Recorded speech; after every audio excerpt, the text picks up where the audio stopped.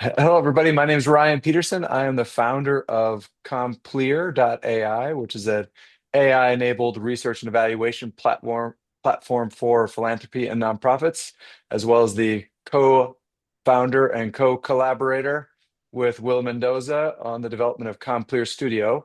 And Complear Studio has been offering free sessions to philanthropy and nonprofit leaders for nearly a year and a half. And last year, we started developing more content that was available to people in deeper form, longer form. And you can go to complear.studio to find more of that information. And today, we're talking about how to move from literacy to capacity. And this is our AI How to 101.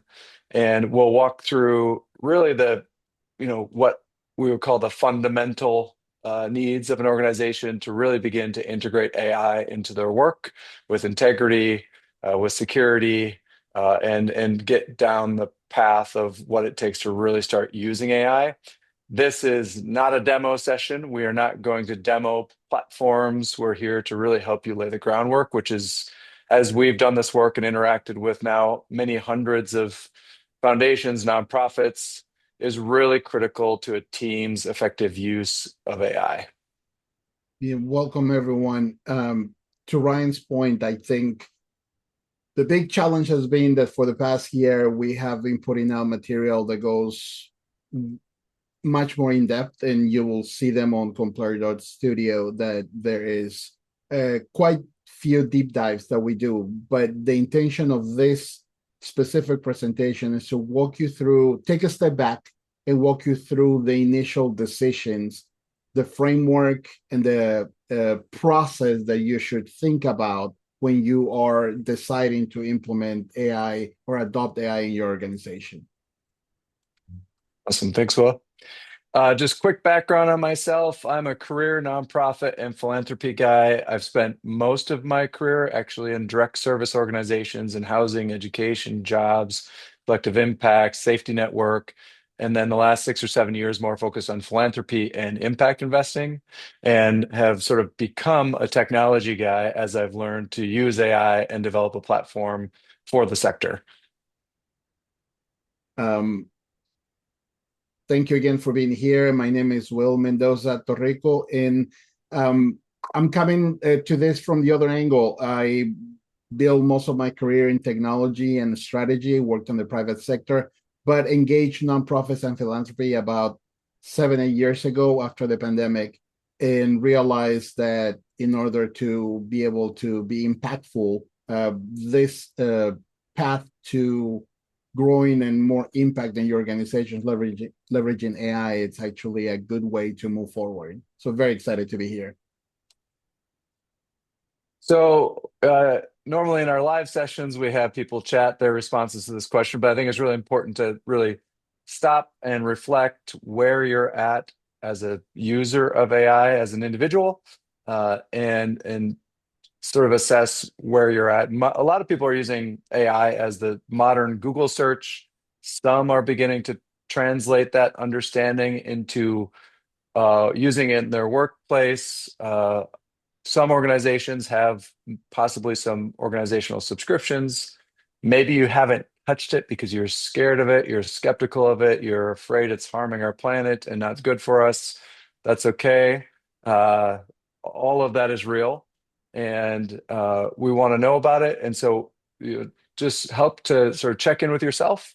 And if we get a chance to interact with you directly, we'd love to learn more, and we'll dive into it deeper with you. But just know that everybody is early in their journey. Even though Will and I have been working on this and inside AI for a number of years now, we still very much feel like we're just getting started.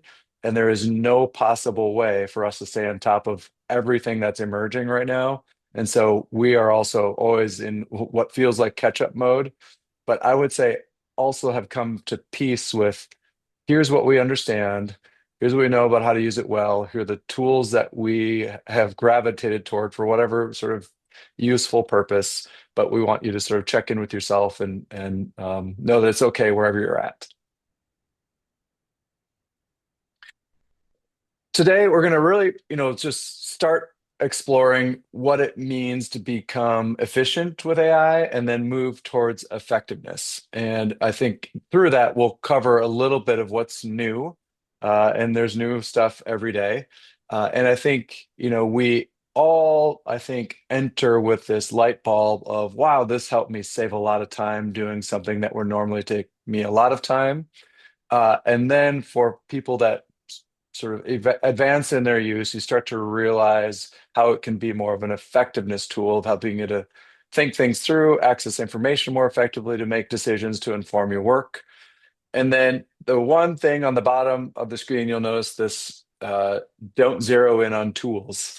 We are very much advocates for laying the groundwork, identifying even some basic policies, laying out some use cases, and then progressing towards a pilot within the organization. But this doesn't start with buy all the tools, hope for the best, and create a bunch of space for, mistakes that are really costly.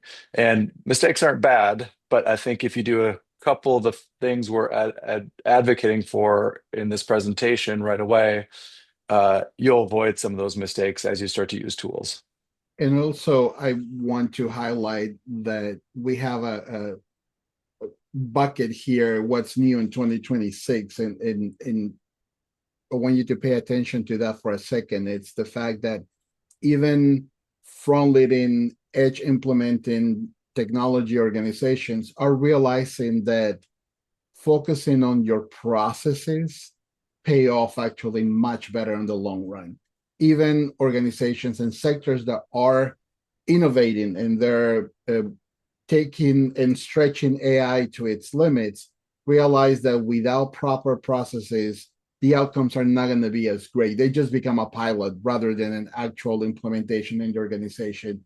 You do hear a lot of agentic agents and automation in AIs, but at the end of the day, if you start with the understanding that the more organized and the more structured your processes are before coming into leveraging a tool, the better off you're going to be in the long run. And in that way, you don't become dependent on a tool and you can stay flexible as this technology evolves through time.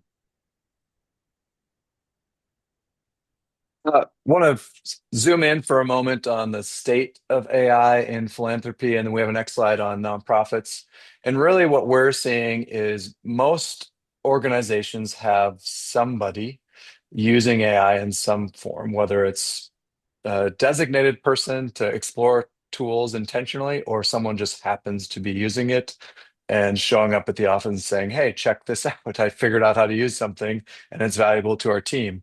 I would say, and that's where you're seeing a bit more organized early exploration is in the larger organizations where they've said, we have a team of people, we have 30 or 40 or 100 people working for us, we should figure this out. Where you're seeing a little bit more of a sort of organic exploration into it are the smaller organizations. About a third of the organizations have some form of policy in place, and that could be as simple as we don't record our conversations, or some singular policy where they have decided one or two things. A fewer organizations have an advisory group, which could be two or three people who are intentionally laying this stuff out that we'll be talking a little bit about today, and mapping towards experimentation and piloting. And I think this last 9% metric here is really interesting to me because it's a sign of how early we are in the process to that only 9% would say they plan to increase support for AI in the next 3 years, when I think as people explore and the light bulb goes on how they can use this and get out of this idea that AI is all one big thing and there are really specific purposes that are valuable, I think you'll start to see that number go up significantly. We'll cover a little bit of the ethics and energy consumption later in the deck, which I think is for some folks a non-starter. But I think as we sort of emerge into this, we're going to find a best use that isn't an all-out adoption of AI in everything we do. Related to nonprofits, it's pretty clear, and maybe some of you are already seeing this, that nonprofits are ahead of philanthropic organizations, so the funders on this, because they have a drive to be efficient in their work, to do as much as they can for the people they're serving with as few resources as possible, which drives you towards things like AI that might help you to be more efficient or to make decisions with more information more quickly. Uh, and Most are using individually without workflows. So there's not a sort of organized approach to it. It's more like jump in, jump out, use it for purposes, but you haven't really designed it in a way that is built into consistently into a workflow. There's a sort of gap between what nonprofits are doing and what they believe funders are understanding or willing to support. Um, and then, what's interesting again in this like 7% metric is there's not many organizations that are reporting significant improvements to the organization because of AI yet. And we're going to cover that a little bit later on sort of what is that sticking point and how do we break through on that. And the last thing I'll say is, what we're advocating for a lot, especially as I work with philanthropy, is listen to the nonprofits, because the nonprofits are experimenting at faster rates. They're learning things, whether it's good or bad. And funders and nonprofits can work together on what are the use cases, how do we serve our communities better with AI integrated into our work. And I think that's we're getting to that stage where people are, I think, going to figure out how to work together in their own learning journey. We're gonna go through what we call a few phases of development here, and so Will's going to take us through what those phases are. Thank you, Ryan. So to Ryan's point, we've seen philanthropy starting to realize, trying to gain some traction, still very slow. Nonprofits, on the other hand, jumped in full force, made a lot of mistakes, take a step back, but they're more willing to experiment. In that experimentation, in that trial and error, our own understanding of the sector, the work that we've done, we've come to identify AI journey phases where you can help your organization move through the adoption process, become uh, comfortable with AI, but also keep enough guardrails that it doesn't feel like you're running blind. The way that we have thought about this is not a linear path, but the buckets, the structures that we put together is that you start with the organization at the first phase, literacy and policy foundation, which is the basic understanding of AI. Shared common language, shared needs, and having to identify, okay, this is what we can or we allowed to do inside the organization, and this is what is not supported.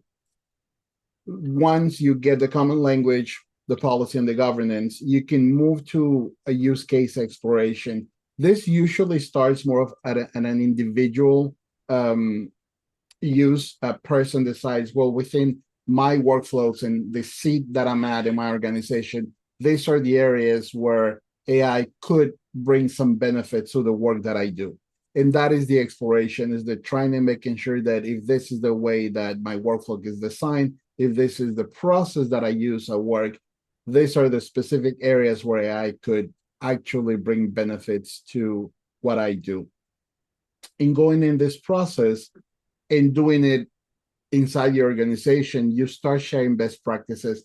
You have now a common language, you have a policy and governance, you start individual experimentation, and that leads to collaboration within your organization. That naturally will move you to implementing a pilot. If you have 2 or 3 people learning and driving AI in your organization, now you could have 3 people talking about the same problem they're trying to solve. So that is a great candidate for you to design a pilot and test it out. That development of the pilot, testing it, getting the metrics, getting it right or good enough allows you to start elevating more use cases again, iterating on your policy and your governance, getting more pilots out, and drives number 4, which is an org-wide enablement. Right at this point, when you have a couple of pilots being successful, or failing and you learning from those failures allows you to start now driving AI at an org level. And when you do that, that's when you really start seeing the strategic insight and impact, because now you are letting yourself think more strategically. This is where it makes sense. This is how we're containing with proper guardrails, with proper policies and governance. And you're enabling your organization to drive the actual use. And from there, you can start extracting the right insights. And again, this is all cyclical. It doesn't happen in a linear fashion, but this is the journey that your organization would take to actually make the most out of your AI adoption. Some things, Will. Let's dive into a bit of the literacy foundation. I'm going to hand it back to Will, and then we'll emphasize a couple things on here. Yeah, thank you, Ryan. Here, when we said phase one, right? You start with a common language, you start with policies and governance. What does that exactly mean? A couple of things. They don't need to be in depth. This is not an exhaustive thing, but is where you should get started. Again, AI fundamentals, basic understanding, the difference between what is automation, what is prompt-based, generative AI, what are workflows. Get the language clear and get that very basic understanding of what is it that I'm using. What is AI? Some people say the term generative AI, some other people call it LLMs. What does that actually mean? Get a clear understanding. Once you get that language clear within your organization, you move through the mechanics, because this is paradigm shift, right? The large language models operate in a very different way to what we're used to. So understanding that, the limitations, you've heard the term hallucinations. So how far can an LLM, AI actually go, what it's real and what it isn't? Make sure that you do have expert oversight. Again, these are tools to enable your work and make you more effective of what you do, and not to take over that decision making. So that expert oversight, that expert on the loop needs to be present. And again, you get all the data privacy, the IT compliance, all that needs to come together as that first step where you're building your basic common knowledge, shareable knowledge within your organization. And as you start building those policy and governance, this is the first few steps that you need to take. I just want to zoom in a bit on the expert oversight, and then go back a little bit to the hallucinations, just because I've learned this a lot in developing Complear.ai, which is the research and evaluation platform. Thinking early on, I was gaining this superhuman power of access to information. It was giving me all this great stuff. And then, thankfully, was encouraged to pull in expert researchers to review outputs, validate the information, and we could see really quickly how when you go through a rigorous review of outputs that especially is for really strategic, impactful work, where the information, the AI starts to can connect dots it shouldn't be connecting. So a person who happened to be on a committee in an organization who somehow the LLM decided it was the executive director, which was not true. And this is why it can access a significant amount of information very fast, and why experts in the loop, and you are the experts of your organization, of the information you use to make decisions, especially if you're using the large LLMs to generate information. And this is why, like with Complear.ai, we have constant review of the outputs to ensure that the information the users are getting has high integrity, is useful, is tied to research. And so as you use LLMs, like thinking I can just get this all done with an LLM, you still have to pause to read, to watch for overstatements, hallucinations. And it's a little bit of a good fear factor. Like it still takes work. It still takes us stopping reading, but it still saves significant time. You don't have to write the first draft of everything, or the proofing on the back end goes faster. So those kinds of things are efficient. And then, sort of hit on the expert oversight. And the last thing I'll say is just on that, on the right hand side, they're just that team of people. So if you have a small team, it's maybe all of you, but if it's a large team, really identifying a committee that can really own the process, be the critical thinkers on all of it, and organizing it in a way that helps you to feel like, okay, we're making progress in our understanding, our testing, and we have some sort of progress towards what we were trying to accomplish. We're not going to spend a lot of time on ethics because it is a significant conversation that could span an entire conference.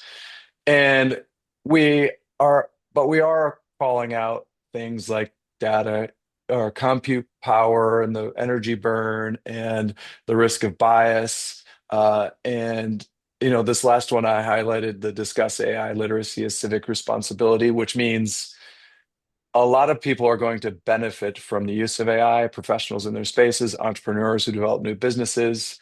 And, we think it is an imperative that somehow, especially on the funding side, you're thinking about this as civic infrastructure or infrastructure of a sector or of society at this point. Um, that we figure out how to make sure people are literate, beginning to test how they can use it in their own life and work, and start to sort of benefit from the all the power that it brings. Uh, but also don't want to separate ourselves from the trade-offs that come with the use of AI that I think everybody is sort of aware of. And we will come back to that at some point in one of our trainings. But for this purpose, is we just wanted to call out and give you this slide to look at of, what are the key concerns, and then what are some policy elements that we may Yeah. want to think about. And as you look at the slide, I'm not going to read it, but to Ryan's point, perhaps a year ago when we started doing these trainings, we could say, well, you could choose not to, right? The organization just writes a policy that says we're not touching AI. The reality is that unless you do not use Microsoft or Google as your platform, that no longer it's an option. Right? By subscribing to their services, they use internally. Maybe you may not click on their LLMs and choose to use it directly, but AI is running inside Google, it's running inside Microsoft, and a lot of other big providers of technology. So it's no longer the choice of, well, we're not going to use it, but be informed, have those conversations. Like Ryan said, we are going to have some trainings to go into more detail, but at least at this high level, you could have that initial conversation in your organization and put in the right level of guardrails and policies that work for you, and not say, well, this is a foundation, is a nonprofit that is not going to touch AI, because again, unless you move to pen and paper, it's most likely that something is running with AI on the background that you're not aware of. So thanks, Will. Just diving further into the governance framework that we are talking through, is data protection. I think that's something everybody's already well aware of, but is even more true with AI as there's more access points into software. I think IT departments, software companies are very aware that they need to make sure they're protecting themselves. Human decision authority, this is the expert in the loop that no matter how you're using AI or is it integrated into your system, you are still the decision maker. You're still reviewing it. You're still responsible for it, and to not let go of that oversight and responsibility. This is about continuous learning. So we are, as things, partly because things are constantly emerging, and we are learning whether we want to or not. But you have to maintain that mindset of, okay, I'm now using this tool or these set of tools. How is it working? Is it working well enough for us? Is it producing the right kind of information? That you have to kind of stay in that mindset, and then once you get to the insights of what's being produced, it's another layer of continuous learning that we historically really haven't been able to accomplish. And then mindset is how do we remove barriers to exploration. And I think this is part of what we mean by mindset is uh, this is not a deterministic software. This is probabilistic, which means we have to sort of open our minds up to this idea of AI producing things that might not be exactly the same every time. And what does that tell us? And what are we willing to learn from it? And what I'm gonna add here, it's bring your attention a little bit to the left side of the screen where it says create a safe sandbox. So the governance is not about a 40-page report that tells people what can or cannot do, but enable them to explore within some safety area, that sandbox, which means that the conversation about the strategic decisions of your governance should also include your IT partners, whether it's internal or external, bringing in as early as possible the people that drive the technology in your organization that are going to enable the data protection, that are going to help you brainstorm about what's the level of authority, when does the expert in the loop comes in, as everyone or the people who are empowered to take on AI inside your organization get to play in a safe manner, and it doesn't become punitive if something doesn't work the way that it was supposed to. So I think all of this in that governance should be framed in very light form. This is to enable the organization to move forward and not an exhaustive list that needs to be created. Moving forward here, we I think Will sort of hit on this a bit earlier, so we won't spend a lot of time on this slide, but really this idea of AI as a choice, and largely it's no longer a choice. It's on our phones, it's in our workplace, suites, and the probably the main thing we want to call out on this slide is if you are restricting use of AI in certain contexts or on work computers or in certain settings, make sure that's clear and that you have a written policy and you're working with your IT department on how to sort of set that up. And I think it's important to not only say here's what you're allowed to do, but sometimes you may have to say here's the restriction. Another sort of slide here focused on just basic security elements like multi-factor authentication, policies, reliable backups. These are all things that your IT department will want to cover with you, but we're not trying to minimize this at all. But I think it's the most probably understandable traditional part of bringing in software is how does this fit into our tech stack? Are we secure? How do people use it? Do we have the right sort of login set up? And we just want to sort of emphasize that, especially as we see continuous news of data breaches and potential misuse or stealing of information. Uh, Really, on this, this is our slide on sort of talking about efficiency and effectiveness. On the left-hand side, you can see what I think more and more people are doing early in their AI journey, which is beginning to summarize, synthesize, start exploring research areas where they're curious about how this might what's happening in their community or on a topic, even translating documents where typically it would take you quite a bit to turn something in some sort of report or information for your clientele into other languages. You can now do within seconds using AI. Again, you still need people to read it who understand that language and make sure it's written well and in context. And then the right-hand side really gets to effectiveness, which is what I spend most of my time trying to figure out is if this if these tools can get to information more effectively than we've ever been able to get to, how do we analyze for trends? How do we do more effective landscape analyses?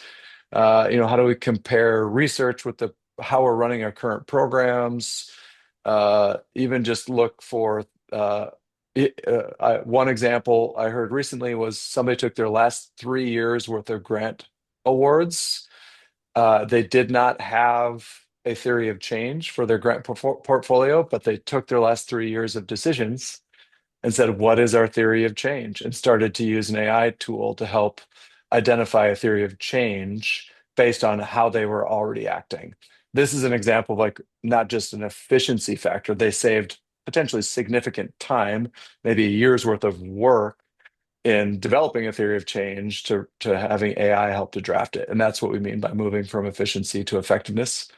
And I'll hand it to Will. Do you have any other comments on this? Yes, Ryan. I think that's a great example that you use, but I think also where the policy component, why we put policy first in trying to empower people to have this level of conversations hits on the effectiveness is because if you focus only on efficiency, right, faster, more reports, more analysis, you force people in the private sector. A couple months ago came the example where a whole department that was um, given AI tools and they were told, well, now you can write 10 times faster the reports, you can produce 10 times more reports. Guess what happened? They focus on producing 10 more reports, um, rather than looking at what the mission of the department was, connecting with their clients, reaching to more people.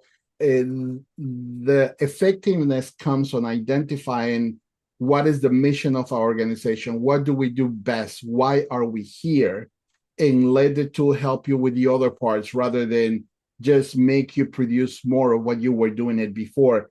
Because in your previous process, you needed to spend 4 hours doing a translation. Now, because you can translate in 5 minutes, it doesn't mean that you need to translate every document that you have on your organization, right? It's that move into that strategic thinking that I think it's the part that people are starting to realize and move towards when they do it correctly. Awesome. Thanks, Will.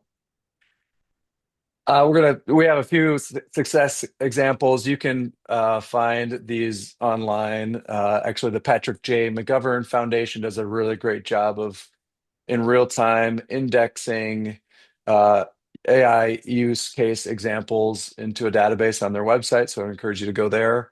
But these are organizations that have, early on started investing into the use of AI to help improve the effectiveness of their programming.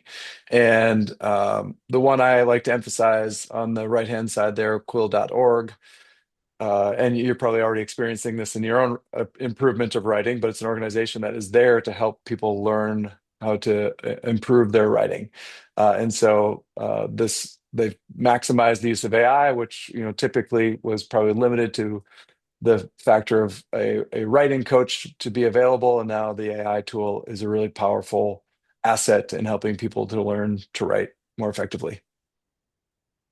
Uh, Patrick J. McGovern is an organization I mentioned. They are a leading force in AI and philanthropy and nonprofits. Project Evident, which has Google.org funding that is helping to fund technical assistance grants and projects around the country. Complear is the platform I've built, which is a research and evaluation platform for philanthropy and nonprofits to do strategic planning, grant and report writing, theory of change writing. It's a powerful research-based tool.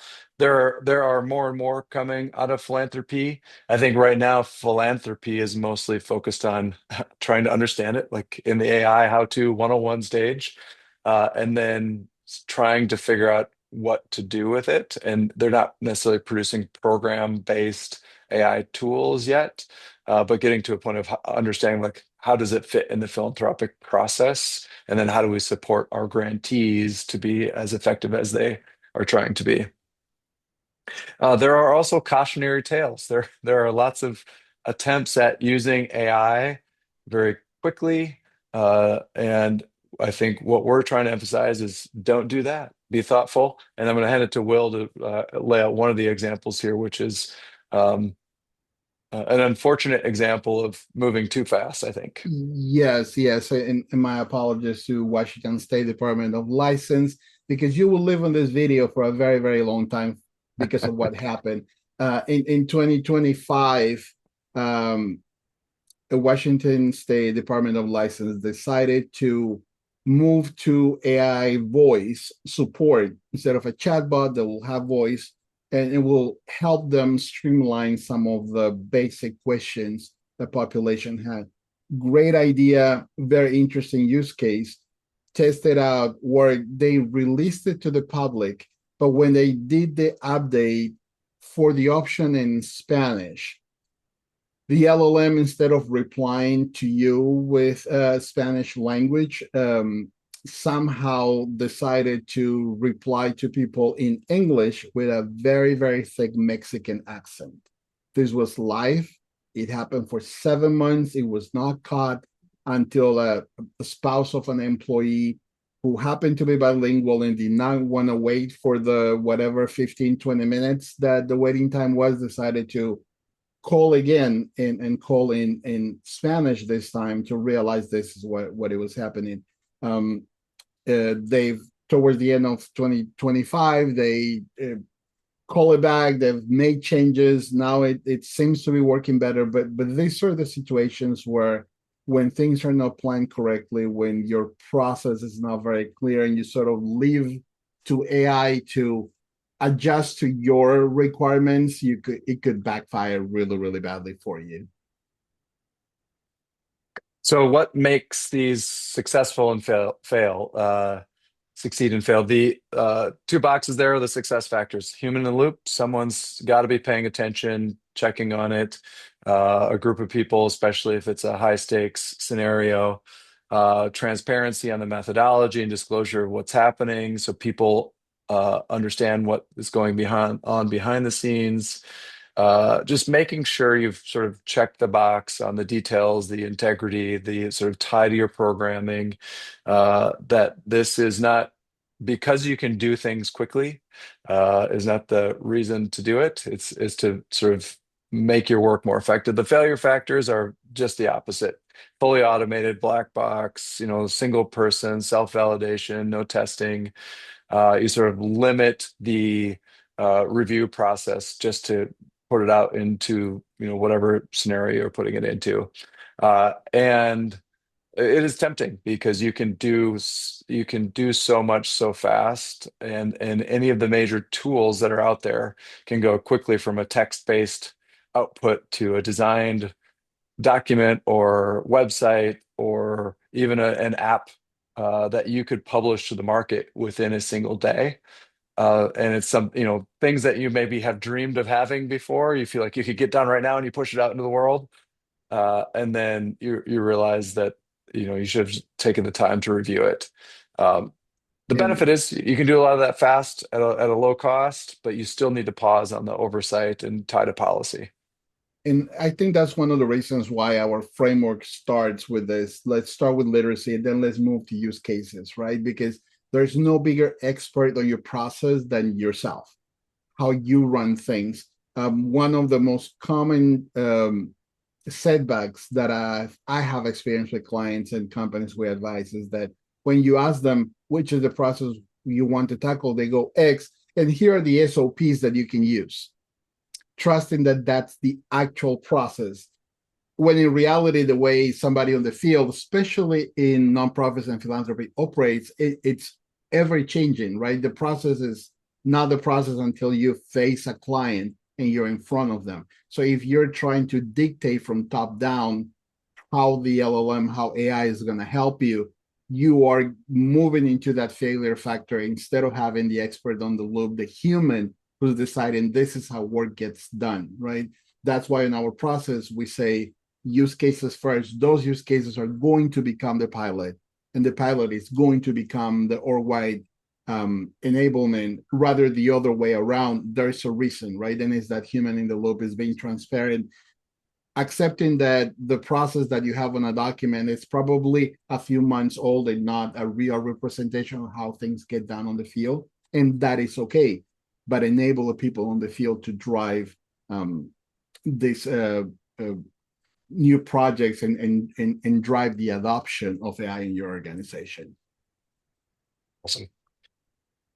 One slide here just focused really, especially on what I've been advocating for with funders, which is to make educational resources available to yourselves and to your grantees, if you can, to facilitate peer learning. So if you're inviting all of your grantees into a room, like a literal physical place to gather together, not just Zoom, and start learning together, because we have seen that if you can be physically together and you move into a digital learning experience, when you have some of that connectivity on a human level, there is I think a better learning experience, and you feel connected and not isolated in your experience.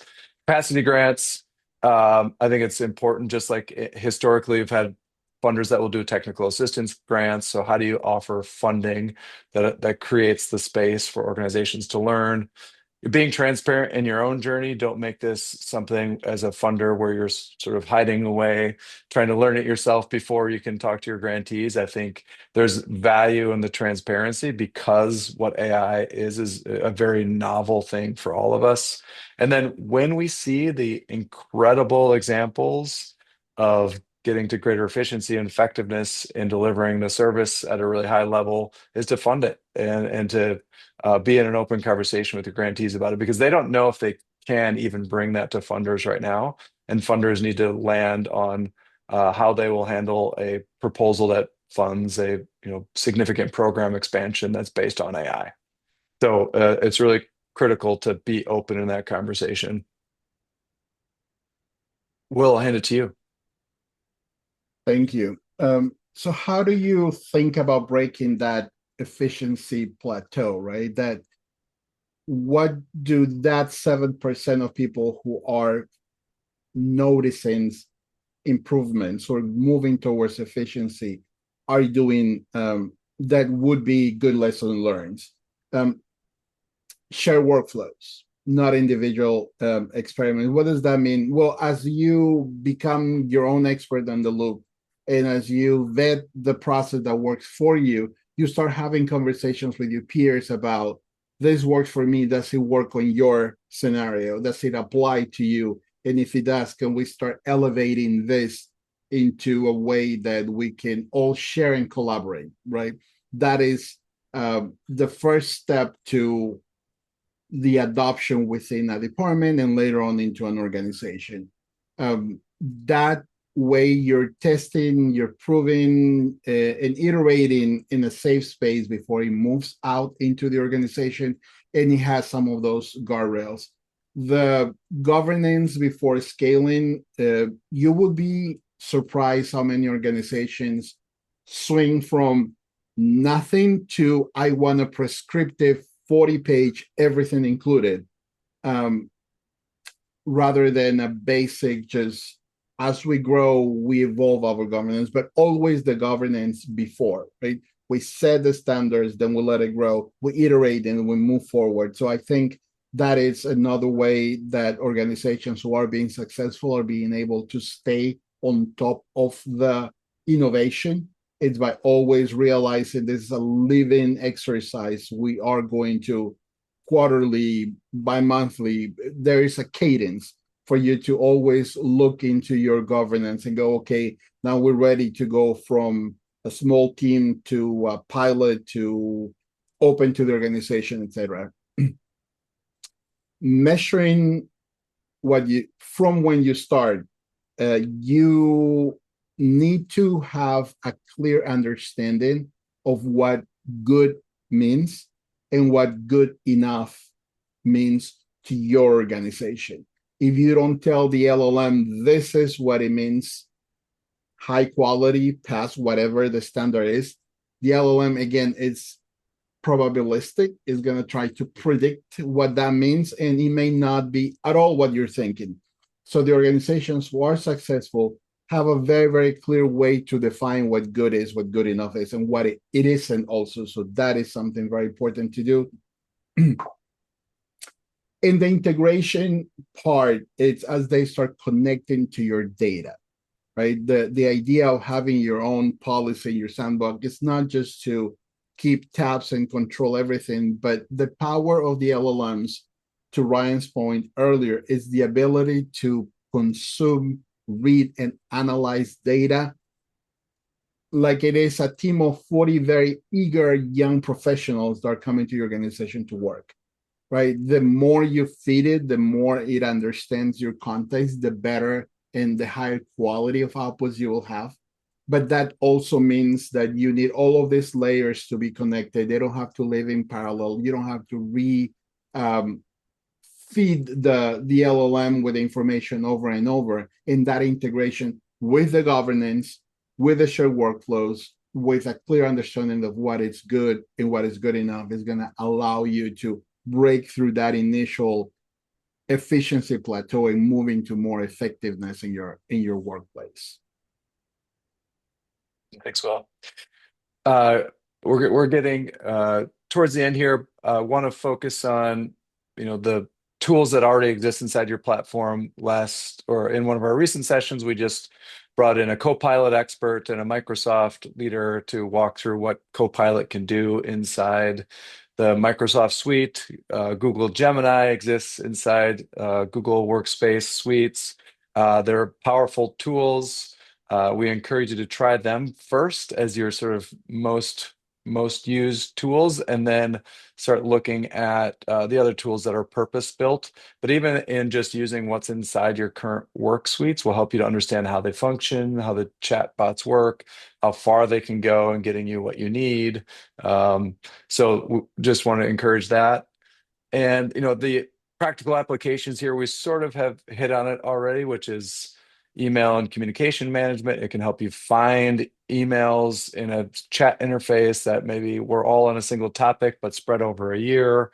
You can produce reporting and editing inside the sort of writing or presentation tools, data analysis and visualization. You can take spreadsheets and turn it into charts or put it into decks really quickly using these embedded tools.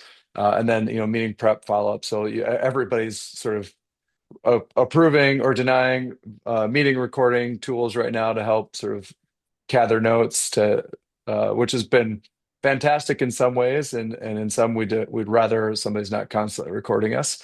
But these are all really common embedded tools that exist that can make your work more efficient. We also, dive deep on prompting because prompting in the chat experience is still very important. There's this phrase that floats around called prompt engineering, which seems really scary. Like you have to go get an advanced degree to know exactly how to do it. There is structure to it, and you can see a little bit on our screen, what we've done to just lay out a simple example. And, the primary point here is give the chat interface good instructions with context, even if you're uploading it, and you'll get good outputs. If you give it very vague information, you're going to get, maybe decent output, but a fairly vague response that maybe has a decent structure and flow. But if you want it to be very specific, inform specific work, there are some skills to learn there. And, part of what I want to call out in this presentation is we're talking about prompting is important, policies is important. This is why this is introductory. We go into greater depth in our other sessions on what does it mean to become great at prompting, or what do policies look like. But prompting is one that is sort of a new way of communicating with your AI tools, that's going to become sort of the table stakes for any sort of day-to-day work life of any professional. To keep moving, just a quick focus again on workflow-based or purpose-built tools. I highlighted a few on this slide. There are more and more emerging. You're going to see them hitting your inbox on, what it's there to do for you, whether it's communications or research evaluation or, finding information on organizations, all the way to, nonprofit created sort of program-based applications. Uh, the thing we want to emphasize here is watch for them, test them out if it fits with what you're trying to accomplish, but also make sure you're checking risk factors. because many of these are developed very well and some are developed very fast. And so you have to still look at security parameters. Do they have encryption in place, especially if they're intaking any sort of personal or client information? We just want to encourage people to look for them, use them, but also make sure you're doing that security check first. And here's, a few steps we've talked about, how to do that, looking for integration requirements with your other software, data security. How does this how does this change or adapt into the context in which you're operating? Does it fundamentally change how you work? And then, the step four is one that in working in nonprofits and philanthropy for 25 years, what is always underestimated is change management. AI is fundamentally a change management challenge because it's changing how we work. People are entering at different points in their career and expertise into something that is potentially disruptive or exciting, depending how you see it. And that requires significant commitment to change management. And for us, I think that's why we recommend a sort of methodical process, is because it allows for change to happen at a pace that it can happen within an organization. And it takes everybody sort of moving forward together, even if there's somebody out in front ready to run and somebody hanging back saying, I don't know about this. This sounds like the worst idea in the world. Everybody, it's really important for the culture that people come along together. And then cost of ownership is, an obvious one. All of these things cost money. There's new monthly subscriptions for everything. Token burn is a real thing where costs can start to add up. And I think you'll start to see that in a lot of platforms where it's not necessarily static monthly costs, but usage costs, because this does take compute power that really is people are starting to understand a bit more. And I think the one thing that I'm going to add with cost of ownership is that um, based on your policies, your needs, your governance, you can be a little more prescriptive, right? You're not looking just at the license, but if you're really concerned about the environment, you're looking at data centers, you're looking at many other factors into consideration that you should be able to ask your provider, right? I don't think we take enough time to listen to the people who build these tools come in, they're pitching their solutions, and we don't take the time to ask this kind of hard questions, right? How do you go about your policies? How do you go about bias? How do you go about data consumption and electricity consumption? That should be part of the conversation. We've said this a lot already, efficiency to effectiveness. I think you're likely getting the point of, you often will start with efficiency of, wow, I get to do something very fast all of a sudden that I didn't get to do before. And then you'll start to move towards effectiveness of what does access to more information or information faster tell me, and what do I do with that? And that's the sort of next step, I think, beyond some of this initial use. So the journey ahead, we're all early adopters. Everybody who is using an AI tool, or even whether they know it or not, you're sort of gradually and learning to use it, and you're at the earliest stage. And there is no path to perfection. It's going to be an imperfect use for all of us. It's just a matter of finding what works in the context in which we're working. And then I think what we're advocating for and experiencing is this sort of collaborative learning environment, is be open with each other, be learning with each other, because we're all learning, and we benefit by hearing from each other what we're doing well and maybe what we've failed at or how it's been useful. Uh, we sort of hit on these resources before. The one I didn't have before was the Technology Association of Grantmakers, great organization that helps philanthropy, the large associations, or even the local associations that you may be a part of. Check out the resources that are emerging. Will and I are in conversation with many of the associations on how do you adopt AI effectively and serve your members. So you'll likely see CompClear and CompClear Studio continuing to show up. Uh, just doing a quick highlight of part of our website here, which is we do free sessions weekly. We've done this session live many times, and so we're bringing it to you as a recording so you can watch it on demand. We are also offering three sessions series, starting with a few key areas, laying the foundation as our really our most foundational step. Gets us deeper into what we've introduced to you today with real examples and helps you to sort of start building up the work you're doing. Step two is really starting to work with an LLM. It becomes your collaborator. So how do you get deeper on prompting, developing workflows, sharing workflows? And then three is going deeper on the research. So how do you now that you understand how to use this, how do you go deeper in the information to gather insights to inform your work? And all of those sessions are three session series. We encourage you to check them out. They'll be offered continuously, and we encourage you to go to the website and sign up. Group coaching is more of a use case focused experience where you've gone through some of the fundamental work, and now we're saying, okay, what are the use cases you're working on? It's an interactive environment. We are actively curating groups together where the conversation is relevant. So you'll be with peers and leaders who are also practicing their uses of AI, and it's a facilitated session. It's very dynamic, and then a deeper dive cohort learning experience, which is really designed for perhaps larger organizations or groups of organizations that are either working together in a region or on a topic and are going through this literacy, enablement, integration, getting from efficiency to effectiveness together. And so that's a deep dive hybrid model where we do a kickoff in-person meeting and then move into a digital virtual learning experience and kind of keep coming back together, which is a very intentional path. But wanted to call that out. Will and I are available to you. We'll let you share a few final thoughts if you have any.